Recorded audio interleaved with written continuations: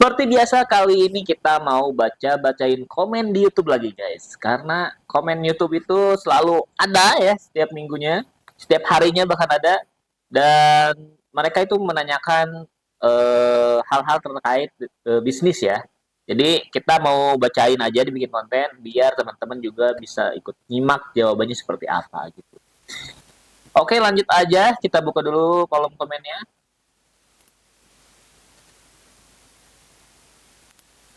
Oke, nah ini dia.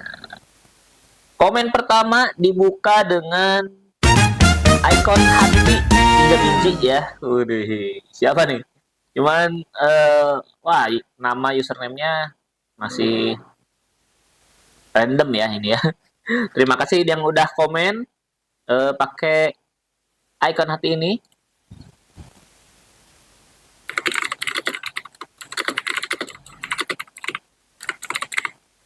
Jangan lupa subscribe ya. Oke, lanjut di komen yang kedua. Pagi kalau mau ini tentang ini ya. Tentang OSS ya, tentang NIB. Pagi kalau mau merubah KBLI gimana ya? Tapi saya sudah NIB sudah terbit. Setahu saya NIB bisa diganti kok, bisa KBLI-nya ya, bidang usahanya bisa diganti dan bisa ditambah.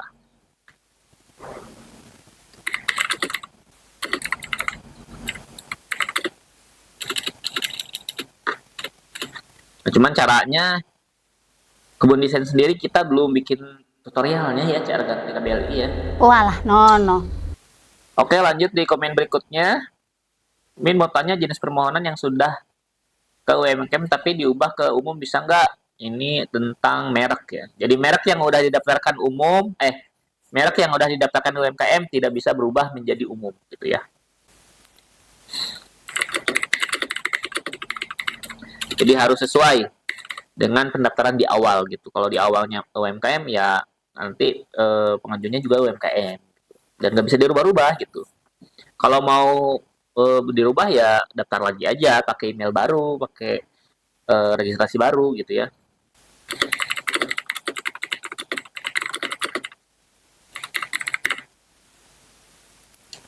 Oke lanjut, ini tentang PT perorangan ya. Bang, tipsnya kendalanya di submit nggak bisa walaupun data udah lengkap. Biasanya itu si kolomnya itu di website PT Perorangan ini tidak muncul semua gitu si kolom isiannya formulirnya. Jadi harus di reload. Jadi solusinya nah, terus jangan lupa juga dicentang bagian apa ya namanya? Penerima manfaat. Penerima manfaatnya harus dicentang wajib.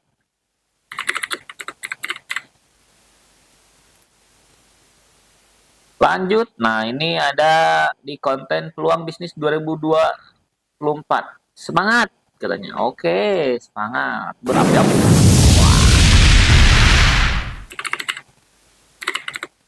Semangat, jangan lupa subscribe ya.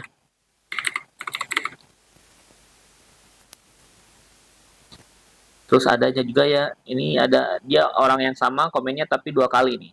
Hai katanya. Kok hai di sini ya?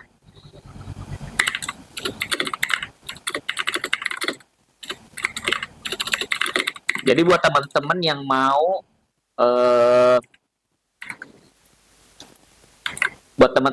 mau komen di YouTube, mau nanya sesuatu itu langsung aja pertanyaannya apa diketik gitu ya. Jangan Assalamualaikum udah atau hai udah gitu ya. Tapi langsung aja, hai, saya mau nanya ini bagaimana? Assalamualaikum, saya mau ini bagaimana gitu. Jadi tidak perlu menunggu kita untuk balas dulu, langsung aja to the point gitu ya. Oke, lanjut aja di komen tentang daftar merek. Bang, kalau jenis permohonan pilih UMKM apa dipilih? Maksudnya gimana nih? Bang, kalau jenis permohonan pilih UMKM apa pilih perorangan juga? Terus kalau pilih UMKM muncul dokumen mendukung itu dapat apa ya?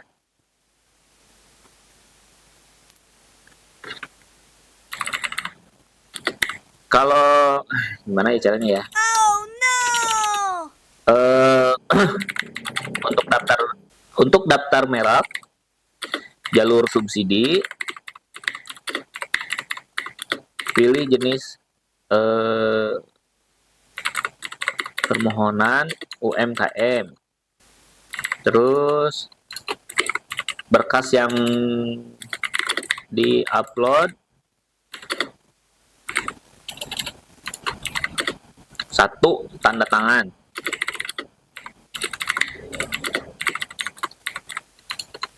dua, surat rekomendasi UMKM, surat rekomendasi dari dinas UMKM. Terus yang ketiga, surat pernyataan mandiri. Ini orang yang sama, komen berkali-kali ya, tuh ada dua ya. Pertanyaan juga sama, oke. Itu ya. Jadi kalau jalur UMKM, teman-teman persyaratannya tanda tangan, surat rekomendasi dari dinas, dan surat pernyataan mandiri. Semuanya itu bermaterai 10.000. Lanjut, ini tentang video tips cara mengemas sambal. Di mana beli alat presnya? Bisa cari di Shopee atau Tokopedia ya kak. Nah buat ini suka aneh sama orang-orang yang seperti ini gitu. Jadi Mas itu belinya di mana ya? Ya tinggal cari aja di marketplace banyak gitu ya. Alat press, mau alat sealer atau misalkan alat pembuang minyak, itu ada semua, tinggal cari aja gitu. Gak harus sama dengan yang di video gitu. Jadi ketika teman-teman mau bisnis, terus lihat di YouTube, misalkan tutorial cara bikin sambal, jadi nggak harus sama plek ketiplek gitu. Bahkan nggak harus mesinnya nggak harus sama yang itu, nggak harus apa namanya alatnya nggak harus yang itu. Jadi teman-teman bisa cari sendiri gitu. Bahkan menu-menunya, resep-resepnya bisa ngulik sendiri gitu. Dan itu yang akan menjadi pembeda dari bisnis bisnis lain gitu ya. Oke, lanjut di tutorial daftar merek lagi. Mahal juga jasa desain 1,8 JT. Wah, gak nyimak nih berarti. Nah, ini salah ya. Masnya ini Keto Sensei. Salah nyimak nih. Jadi 1,8 juta itu daftar merek ya. Lanjut, apa itu brand value? Di video ini ya. Ini komennya coba, Bang, bikin tutorial cara menambah KBLI di AHU online untuk PT perorangan. Wah, siap. Kalau ada kesempatan nanti kita bikin tutorial cara nambah KBLI ya. Tapi kalau sekarang ya kita belum bikin. Oke, siap. Terima kasih idenya. Kalau sempat nanti dibuatkan tutorial menambah KBLI di PT perorangan. Itu ya, requestan masnya ini nih, Mas Y Tumbel 8458. Oke, lanjut ke komen berikutnya. Masih di video tentang daftar merek. Halo Bang, untuk variasi merek logo horizontal dan vertikal, apakah perlu dihakikan juga? Di menit 11.17 pada bagian data merek tambahan.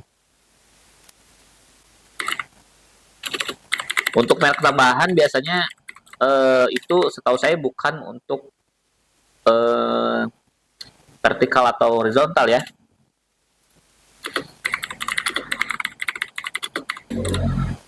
Jadi kalau merek itu, kalau misalkan logo kita formasinya itu horizontal ya, dari logo, terus di sampingnya tulisan. Nah, di lapangan ketika kita bisnis, itu formatnya nggak harus seperti itu. Tapi bisa juga misalkan logo, terus di bawahnya baru tulisan. Boleh gitu. Logo, di bawahnya tulisan. Atau logonya di samping, tulisannya di sampingnya lagi. Itu boleh. Jadi daftarkan salah satu aja, penggunaannya di lapangan bebas gitu.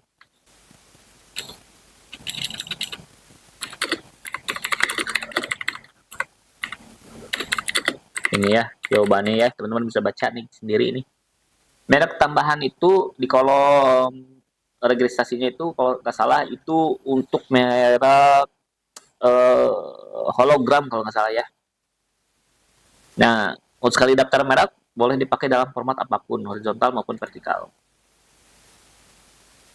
Lanjut masih di daftar merek. Terima kasih katanya. Wah, sama-sama. Sama-sama. Jangan lupa subscribe. Lanjut di tutorial cara membuat NIB. Apakah nama brand di NIB harus sama dengan logo produksi bank? Harus dong.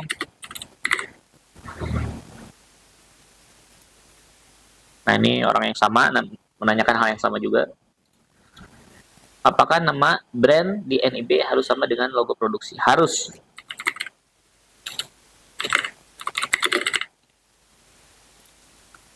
Lanjut.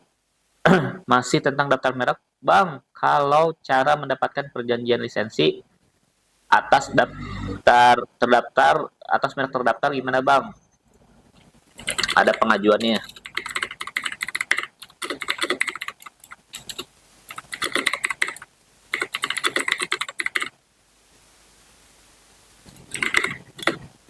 Nah, jadi merek-merek yang sudah terdaftar ini ternyata bisa dipakai oleh orang lain asalkan kita mengajukan permohonan ke DJKI dan ke orang yang pemilik mereknya. Nah, nanti ada deal-dealan di situ tentunya.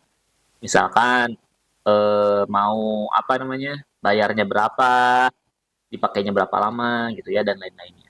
Itu bisa. Tutorial NIB. Terima kasih, Bang. Sama-sama. Jangan lupa subscribe. Oke, lanjut di video cara memperbaiki data merek yang sudah diajukan. Nah, ini. Dan nama mereknya bisa dirubah nggak pas masih tahap dalam proses? Wah, nama merek kalau udah diajukan itu nggak bisa dirubah-rubah, ya.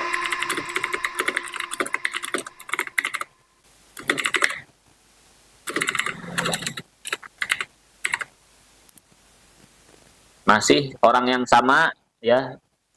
Bisa nggak ganti nama merek? Nama merek tidak bisa dirubah lagi, ya. Sekali pengajuan nggak bisa ganti merek, nggak bisa ganti logo gitu. Jadi teman-teman pastikan kalau udah mengajukan itu udah yakin nah mau pakai nama itu, mau pakai logo itu, jangan labil ya. Masih tentang daftar merek, Bang, bantu jawab dong, udah daftar kenapa belum ada jawaban emailnya, Bang? Harusnya sih ada ya. Coba lagi aja. Lanjut, masih tentang merek. Terima kasih, Pak. Sama-sama.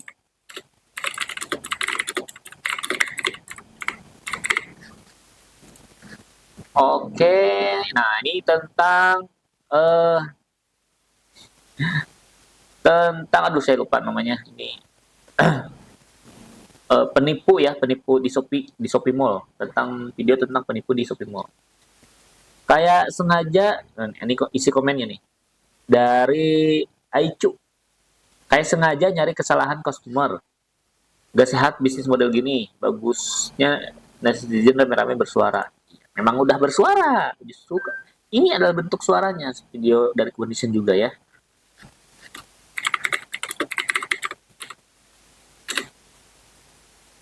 Jadi ada orang yang bermodalkan daftar merek, terus dia menjual produk-produk orang lain, diganti brandnya gitu, timpa brandnya. Misalkan jualan casing HP nih, ada mereknya di sini misalkan, sama dia ditutup mereknya sama stiker sama apa gitu ya, dipakai merek dia gitu, dan dijual lebih mahal gitu. Itu tidak boleh sih, bukan boleh, tapi itu namanya apa ya?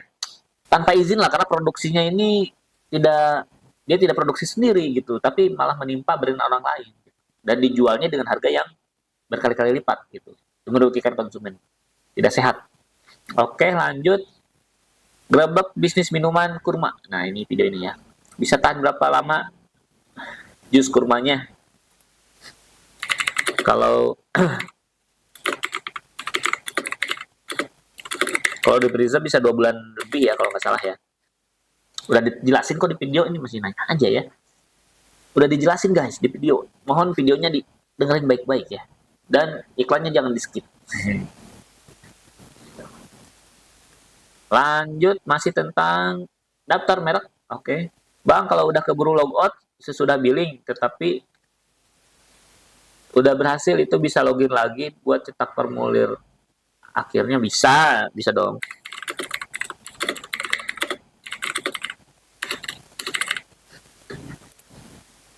Masih tentang daftar merek. Wah, ini rame nih, dijawab sama netizen juga.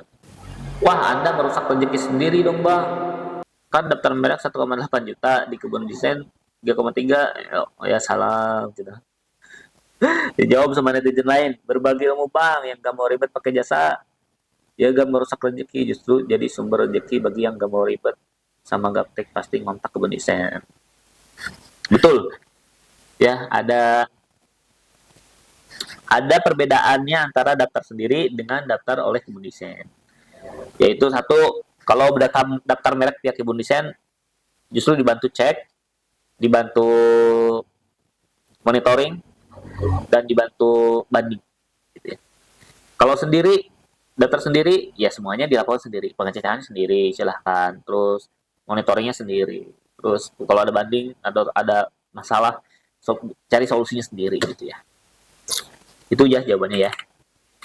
Ada bedanya.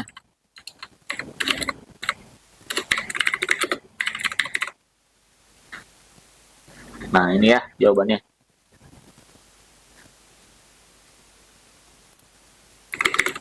Terima kasih buat netizen yang sudah membalas komen ini. Oke, lanjut di video urus perizinan dulu atau urus jualan. Urus perizinan dulu atau jualan dulu. Nah, teman-teman gimana nih? Teman-teman suka mendingan bisnis dulu, mending urus perizinan dulu. Yang mana nih? Ada yang komen? Saya pilih perizinan bisnis dulu sebelum nonton video ini. Siap, nggak apa-apa. Siap, mantap Bang. Oke. Lanjut. Nasi tentang NIB. Tentang NIB dan OSS ya. Bang, kalau usaha kedua tidak berhubungan dengan usaha pertama, itu NIB-nya tetap masih satu, cuma tambah KBLI. Jadi NIB satu KTP tidak bisa punya 2 NIB. Ya. Harus satu KTP itu satu NIB. Kalau misalkan perorangan. Jadi ketika bisnisnya banyak, itu teman-teman hanya perlu tambah KBLI saja, ya. Tidak perlu bikin lagi, karena nggak bisa bikin lagi, karena ketika kita mau daftar, input nomor KTP, otomatis nomor KTP sudah dipakai, itu ada notifnya. Kecuali teman-teman pakai KTP orang lain, misalnya KTP keluarga, KTP kerabat, ya gitu. Itu beda cerita.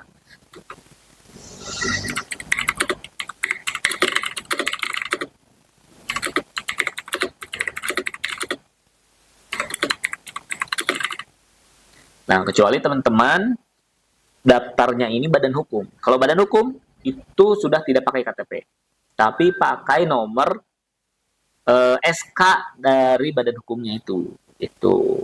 Sehingga badan hukum A, misalkan PT Madu Jaya jualan madu, PT Sepeda Jaya jualan sepeda. Gitu. Walaupun semua PT ini pemiliknya sama, itu NIB-nya bisa beda-beda.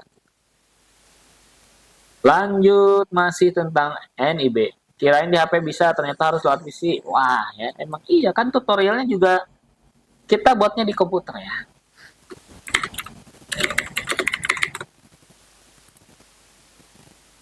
Oke, udah 20 menitan ya. Kita coba pilih beberapa komen terakhir tentang daftar merek. Wah, panjang nih. Terima kasih banyak tutorialnya, Pak. Maaf, Pak, mau tanya, apakah pengurusan konsultan berpengaruh terhadap diterima atau tidaknya merek? Sama saja, ya. Fungsi konsultan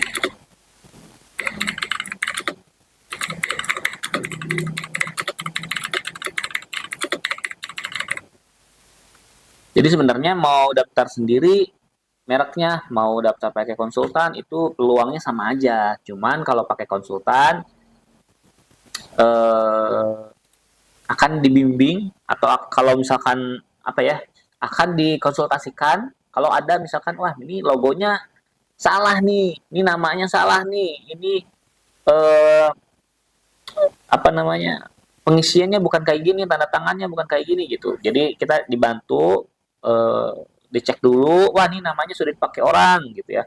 Wah ini namanya mirip dengan brand ini gitu ya. Kalau pakai konsultan tuh kayak gitu. Sama saja eh, lulus atau tidaknya. Cuman kalau pakai konsultan karena kita pasti dicek, karena pasti dimonitoring dan pasti di apa namanya dibantu kalau ada permasalahan di tengah jalan, otomatis peluang lolosnya lebih gede. Ya, pakai daftar mandiri juga peluangnya kalau mau gede ya harus itu harus diurus sendiri pengecekannya diurus sendiri, monitoring sendiri gitu ya, diurus sendiri semua kalau ada masalah gitu ya. Jadi sama aja sebenarnya. Masih tentang merek, Kak, untuk langkah 6, waduh, di menit 10-14 masukkan jasa dan kelas itu semisal kita ada pilihan checklist, saya mau pilih semua itu cara cepat untuk checklistnya gimana ya Kak? Oh, oke, ini jadi Kak Anissa ini ya, Kak Anissa ini mau daftar merek dan kelasnya mau dipilih semua katanya. Ada 400 katanya. 400 deskripsi produk. Waduh. Caranya gimana biar cepat katanya. Ya harus dicentang satu-satu gitu.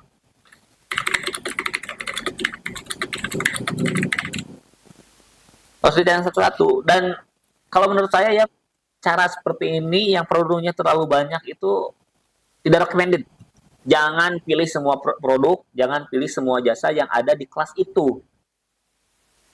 Dilarang ya, karena membuat si mereknya nanti kemungkinan ditolaknya jadi tinggi gitu karena mirip dengan brand lain yang mungkin produknya nanti sama gitu. Itu gitu ya. Pokoknya tidak recommended lah. Pilihlah yang wajar-wajar aja, misalkan ada 5, ada 10 gitu ya. 10 produk nggak masalah. Tapi kalau 400 produk dimasukin semua, wah nih karena nggak mungkin orang ini menjual 400 produk di kelas itu. Contoh misalkan teman-teman jualan baju nih,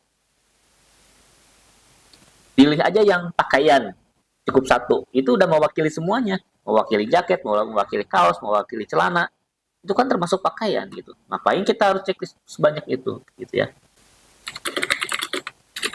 Ini ya jawabannya ya. Dan kalau misalkan maksa tetap mau milih semuanya ya ya centang satu-satu manual ya. Oke, udah 26 menit. Mungkin itu aja komen-komen di minggu kali ini. Nah, buat teman-teman yang mau konsul juga masalah daftar merek, masalah NIB, atau masalah tip bisnis lainnya, masalah marketing, masalah desain, bisa langsung komen di YouTube Kebun Desain. Boleh komen tentang video yang terkait ataupun yang di luar topik dari videonya. Oke, itu aja. Sampai jumpa di video berikutnya.